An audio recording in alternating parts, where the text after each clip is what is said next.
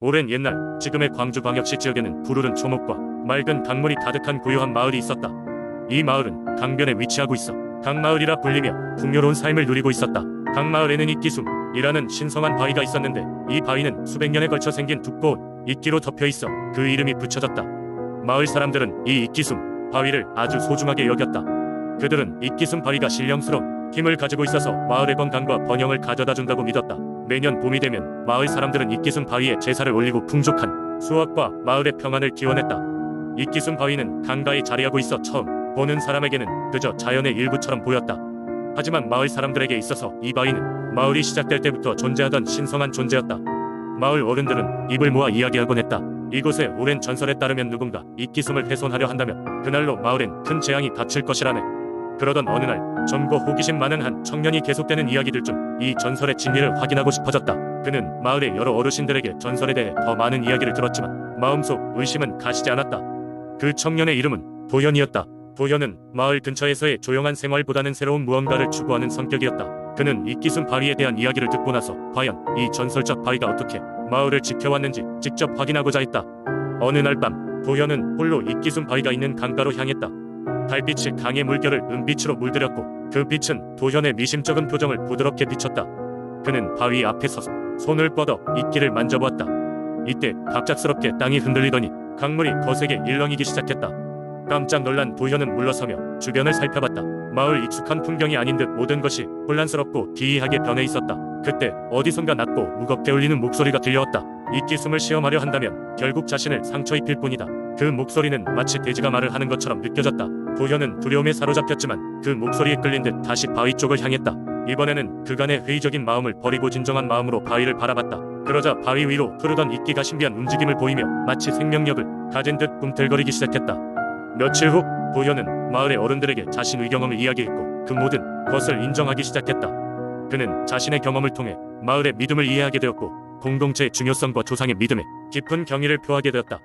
그 이후로 도현은 마을의 제사날에는 늘 선두에 서서 참여하며 이끼숨 바위의 신성을 지켜나갔다고 한다. 이끼숨 바위와 도현의 이야기는 그 후로도 마을 사람들 사이에서 크게 퍼지며 희생의 강을 넘어라는 전설로 전해졌고 지금까지도 광주의 오랜 숲속 이야기 속에서 빛을 발하고 있다.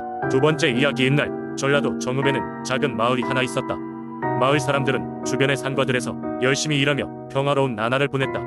그러나 마을의 북쪽에는 언제나 검은 구름이 끓고 있는 천둥산이라는 신령스러운 산이 있었다. 이 산은 아무리 맑아도 꼭 정오가 되면 천둥이 치며 사람들은 이곳을 두려워하며 절대 가까이 가지 않으려 했다. 마을에는 덕칠이라는 할머니가 계셨다. 그녀는 마을의 무당으로 오랜 세월 동안 사람들의 병을 고치고 기우제를 지내며 마을을 보살펴왔다.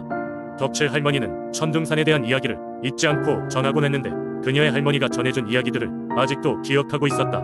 그것은 천둥산의 산신령에 관한 이야기였다. 전해지는 이야기에 따르면 천둥산에는 천둥의 신령이 살고 있는데 그는 하늘의 질서를 유지하며 이 땅의 재앙을 막아주는 중요한 역할을 한다고 했다. 하지만 그의 힘은 인간 세계와 너무 가까워지지 않도록 늘 경계를 세우고 있었다. 그래서 그는 정오가 되면 한 번씩 천둥을 울려 사람들에게 그의 존재를 알렸던 것이다. 하루는 마을의 젊은 농부가 어느 날 갑자기 병에 걸려 누워 있었다. 온몸이 뜨거워지고 이상한 말을 중얼거리는 농부를 위해 마을 사람들은 덕칠 할머니를 찾았다. 덕칠 할머니는 농부의 상태를 보고는 이 병이 단순한 것이 아님을 직감했다. 이는 천둥산의 산신령이 무엇인가 경고를 보내고 있다는 증거였다. 할머니는 천둥산으로 직접 가서 신령에게 농부를 살려달라고 빌기로 결정했다. 그녀는 온 마을 사람들의 기도를 받으며 산을 오르기 시작했다. 천둥산을 오르는 길은 험난했으나 덕칠 할머니는 그간 자신이 축적해온 신령들과의 대화법과 마을을 위한 마음으로 이어지는 길을 찾을 수 있었다. 마침내 덕칠 할머니는 산 정상에 다다랐다. 그곳에서 그녀는 하늘을 향해 기도를 올렸다. 천둥과 번개가 귓가에서 맴돌았지만 할머니는 흔들리지 않았다. 그녀는 소리쳤다. 신령님, 우리 마을의 젊은이가 병에 걸렸습니다. 그가 마을을 위해 다시 일할 수 있게 도와주십시오. 우리의 마음은 언제나 당신을 경외하고 있습니다. 그때 갑자기 하늘이 열리며 부드러운 빛을 비추기 시작했다. 천둥의 소리가 멈추고 바람도 잠잠해졌다. 덕칠 할머니는 그 빛 속에서 샘이나무가 있는 것을 보았다. 그 샘에 물을 떠다가 농부에게 주면 병이 나을 것이라는 신령의 목소리를 들을 수 있었다. 덕칠 할머니는 힘을 다하여 샘물을 길어 다시 마을로 내려갔다. 그녀가 가져온 물을 건네받은 농부는 곧 기적처럼 병이 나았다. 마을 사람들은 모두 기뻐하며 천둥산의 신령에게 감사를 드렸다. 이후로도 천둥산은 언제나처럼 정오가 되면 천둥을 울렸지만 사람들은 더 이상 두려워하지 않았다. 그들은 천둥 소리를 들을 때마다 덕칠 할머니의 지혜와 용기를 기억하며 산신령에게 감사하는 마음을 가졌다. 이 이야기는 시간이 흘러도 정읍의 민속 신앙으로 전해 내려오고 있으며 천둥산의 전설은 오랜 세월 동안 많은 이들에게 경외심과 신비로움을 안겨주고 있다. 세 번째 이야기, 고창의 한적한 마을에는 손돌바위라는 이름의 전설적인 바위가 있다. 이 바위에 얽힌 이야기는 몇 세대에 걸쳐 전해지며 마을 사람들은 이 이야기를 통해 자신들의 정체성과 문화적 뿌리를 되새긴다. 손돌바위는 단순히 크고 웅장한 자연물이 아니다. 이 바위에는 신비로운 힘이 깃들어 있다는 전설이 내려온다. 옛날 옛적 고창 지역은 흉년으로 어려움을 겪고 있었다. 비가 내리지 않아 농작물은 시들고 마을 사람들은 극심한 식량 부족으로 고통받고 있었다. 사람들은 매일같이 하늘을 올려다보며 비가 내려주길 간절히 기도했다. 어느 날 마을의 현명한 노인이 꿈속에서 한 남자를 만나게 되었다. 그는 자신을 손돌이라고 소개하며 자신이 바위로 변해 마을을 지키고 있다고 말했다. 손돌은 노인에게 비를 부르는 비밀 의식을 가르쳐 주었고 그 의식을 따라하면 하늘이 감흥해비를 내릴 것이라고 하였다. 다음 날 아침 노인은 마을 사람들을 모아 꿈에서 본 손돌의 이야기를 전했다. 모두 손돌바위가 있는 언덕으로 향했고 노인이 가르쳐준 대로 의식을 시작했다. 그 의식은 매우 독특했으며 특정한 춤과 노랫소리를 통해 자연과 소통하는 행위로 구성되어 있었다. 의식이 끝남과 동시에 놀랍게도 하늘에서 범푸른 구름이 몰려오더니 비를 뿌리기 시작했다. 오랜 감흥 끝에 비가 내리자 마을 사람들은 크게 기뻐하며 손돌바위에 감사를 표했다. 그날 이후로 손돌바위는 마을 신성한 장소가 되었고 사람들은 중요한 행사가 있을 때마다 바위를 찾아와 의식을 치렀다.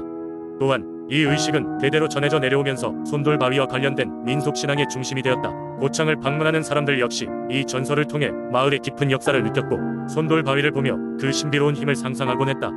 오늘날까지도 손돌바위는 고창 사람들에게 단순한 바위 이상의 의미를 갖고 있다. 마을 사람들은 고난의 시기마다 손돌바위를 찾아가 마음의 위안을 받고 자연의 거대한 힘과 함께 살아가는 사람들임을 되새긴다. 손돌바위 이야기는 단순한 전설을 넘어 마을 정체성과 연대의 상징으로 자리잡고 있다.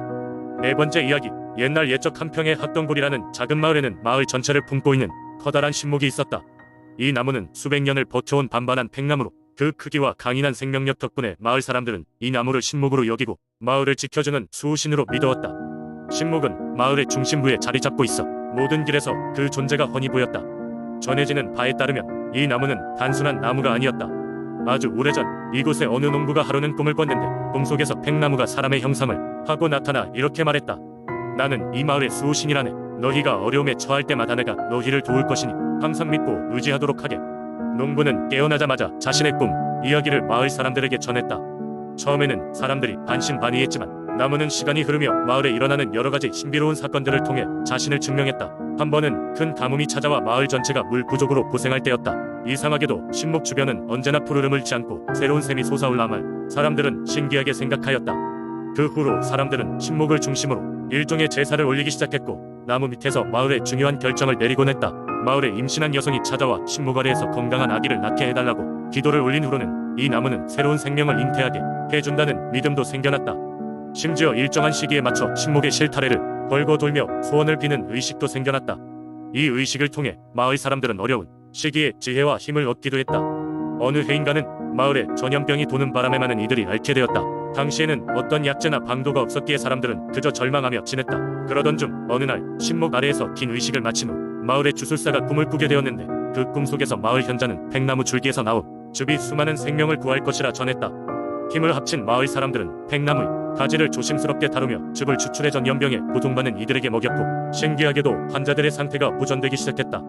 이 때문에 학동굴의 주민들은 신목을 더없이 소중히 여겼으며 수십 년이 지나도 그 믿음은 변하지 않았다. 마을을 지켜주고 자손을 번영하게 하는 나무로서 학동굴의 팽나무는 마을 사람들이 여전한 믿음과 감사 속에 여전히 강인하게 서 있는 것이다. 한결같이 자신의 자리에서 매번 자연과 사람에게 필요한 것을 베푸는 그 모습은 학동굴 사람들에게 영원히 잊히지 않을 신앙의 대상일 것이다.